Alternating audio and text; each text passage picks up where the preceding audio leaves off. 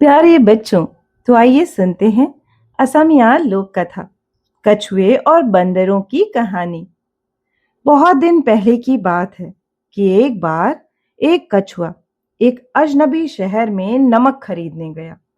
जब वह नमक खरीद कर वापस लौट रहा था तो उसने देखा कि बहुत सारे बंदर एक पेड़ पर चढ़े फल खा रहे थे। उन फलों को देखकर उसके मुंह में पानी आ गया।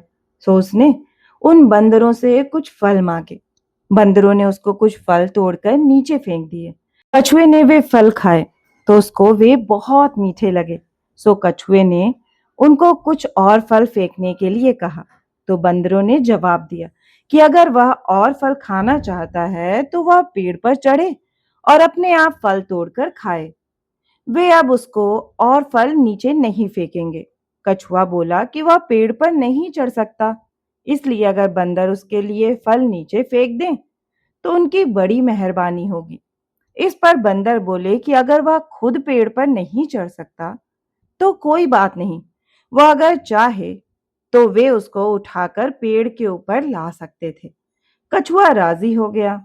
इस पर कुछ बंदर पेड़ से नीचे उतरे और उस कछुए को उठाकर ऊपर पेड़ के ऊपर बिठा दिया। वहां बैठकर सबने खूब फल खाए। जब बंदर फल खा चुके तो वे कछुए को बिना बताए और उसको नीचे लाए बिना ही पेड़ पर से नीचे उतर आए। उन्होंने कछुए का नमक भी उठा लिया और उसको लेकर वहां से चले गए। जब कछुए ने देखा कि वह पेड़ पर अकेला ही रह गया तो वह रोने लगा। उसकी इतनी भी हिम्मत नहीं हुई कि वह पेड़ पर से कूद पड़े।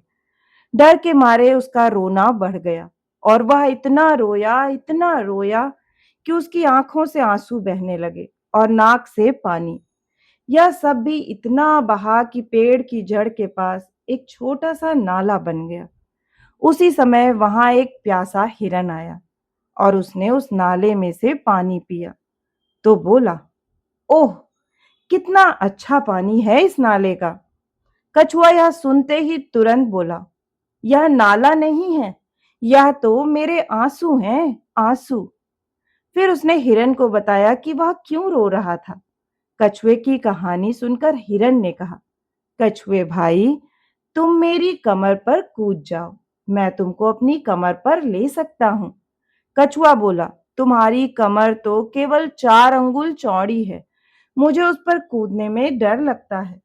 और कछुआ हिरन की कमर पर नहीं कूदा। उसी समय वहां पर एक बारहसिंघा आया। उसने भी उस नाले का पानी पिया और उस पानी की बड़ी तारीफ की। कछुआ फिर बोला, यह नाले का पानी नहीं है, यह तो मेरे आंसू हैं। फिर उसने बारहसिंगे को भी बताया कि वह क्यों रो रहा है। बारहसिंगा बोला, आओ कछुए भाई, तुम चिंता ना करो, तुम मेरी कमर पर कूद जाओ। कछुआ बोला, तुम्हारी कमर तो केवल 2 हाथ चौड़ी है, मुझे उस पर कूदने में डर लगता है। सो कछुआ बारहसिंगे की कमर पर भी नहीं कूदा। तभी वहां से एक हाथी गुजरा। उसने भी उस नाले का पानी पिया और नाले के पानी की बहुत तारीफ की। कछुआ फिर बोला, हाथी भाई, यह नाले का पानी नहीं है, यह तो मेरे आंसू हैं। फिर उसने हाथी को भी बताया कि वह क्यों रो रहा था। कछुए की दुख भरी कहानी सुनकर हाथी भी दुखी हो गया। उसने भी कछुए से कहा, कछुए भाई, मेरी पीठ तो बहुत बड़ी है, तुम मेरी पीठ पर कूद जाओ, तुम यहाँ आराम से कूद सकते हो। कछुए को भी लगा कि वह हाथी की पीठ पर आराम से कूद सकता है। सो वह हाथी की पीठ पर कूद गया। अब क्योंकि कछुआ हाथी की रीढ़ की हड्डी पर कूदा था, सो उसकी रीढ़ की हड्डी टूट गई और वह मर गया। कछुए ने पेट भरकर हाथी का मांस खाया और फिर बंदरों से बदला लेने के लिए बंदरों के गांव की ओर चल दिया। कुछ ही देर में कछुआ बंदरों के खेतों के पास आ पहुंचा। आकर उसने टट्टी की और आगे बढ़ गया। कुछ देर के बाद बंदर वहां आए। उन्होंने समझा कि वह मांस पड़ा था, सो वे उसे सबका सब खा गए।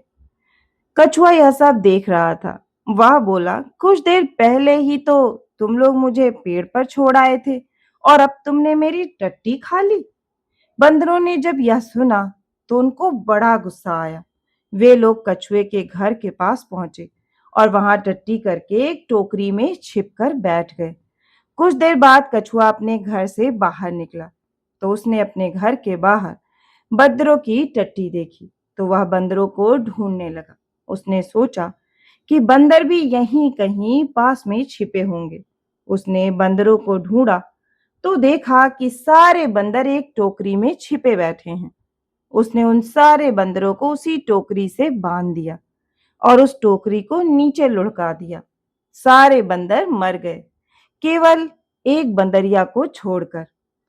असल में उस बंदरिया ने गिरते समय एक बेल को पकड़ लिया था। वह बंदरिया गर्भवती थी। कहते हैं कि आज जितने भी बंदर दुनिया में मौजूद हैं, वे सब उसी बंदरिया की संतान हैं। तो बच्चों, आपको ये कहानी कैसी लगी? मुझे आशा है कि आपको ये कहानी बहुत ही पसंद आई होगी। अगर आपको कहानी पसंद आई है तो मुझे प्रोत्साहित करने के लिए लाइक करें, अपने दोस्तों के साथ शेयर करें और इसी तरह की मनोरंजक कहानियां सुनना चाहते हैं तो इस चैनल से जुड़ें और इसे सब्सक्राइब करना ना भूलें। फिर मिलती हूँ एक और नई कहानी के साथ। तब तक आप सभी अपना खास ख्याल रखें।